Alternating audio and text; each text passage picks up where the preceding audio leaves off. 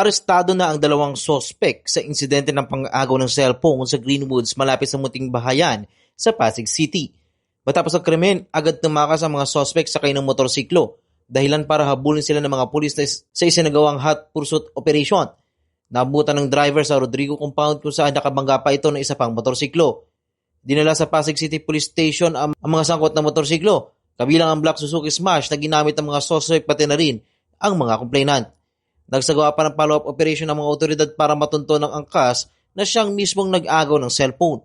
Kinabukasan, tuluyan na rin itong nahuli ng Special Operations Unit ng Barangay Pinagbuhatan. Sa investigasyon, napag-alamang ang suspect na ito ay may kapansanan, putol ang kanang kamay o tinatawag na pukol. Sinubukan ng ayos na kuna na pahayag ang suspect ngunit tumanggi itong magsalita.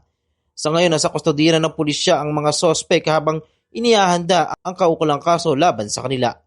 Ako si Moncheng para sa latest ng iNews Pasig, balitang totoo, serbisyong tunay.